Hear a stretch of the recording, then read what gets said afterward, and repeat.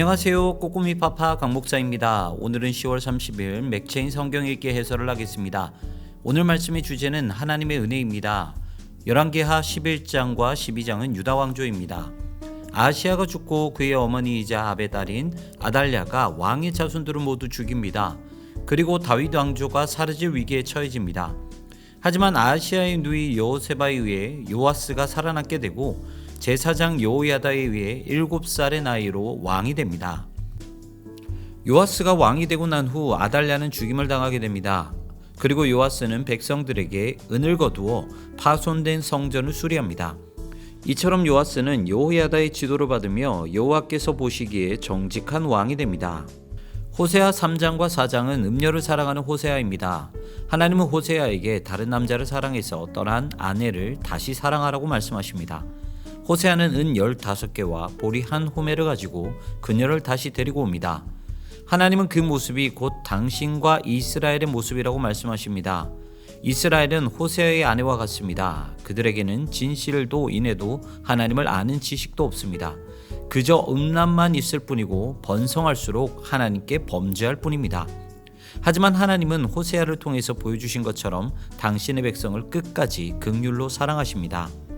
디모데후서 2장은 말씀의 분별입니다. 바울은 디모데에게 병사나 선수나 농부처럼 살라고 권면합니다. 자기 삶이 아닌 왕을 기쁘게 하는 병사로, 법대로 경계하는 선수로, 수고하는 농부로 살라고 말합니다. 이것은 복음을 위해 열심히 수고하라는 의미입니다. 또한 진리의 말씀을 옳게 분별하고 망령되고 헛된 말을 하지 말라고 권면합니다. 분별력은 참 중요합니다. 그렇지 않으면 거짓 교사들의 거짓 교리들이 마치 누룩처럼 퍼져가게 될 것입니다. 그렇기 때문에 말씀을 올바로 분별하고 망령되고 헛된 말을 하는 사람들을 단호하게 끊어야 합니다. 시편 119편 121절부터 144절까지는 깨닫게 하는 말씀입니다. 주의 말씀을 아는 것은 주를 아는 것입니다. 그래서 시인은 하나님께서 말씀을 가르쳐 주시고 깨닫게 해달라고 호소합니다. 주의 말씀을 열면 빛이 비추어 우둔한 사람들을 깨닫게 합니다. 그러므로 주의 말씀을 사모하며 주의 말씀을 힘써 배워야 합니다. 하나님의 은혜로 유다 왕조가 계속 이어졌고 하나님의 은혜로 이스라엘이 회복된 것처럼 하나님의 은혜는 우리를 떠나신 적이 없습니다. 항상 우리를 붙들고 우리를 회복시키십니다. 그 은혜는 말씀 안에서 발견할 수 있습니다.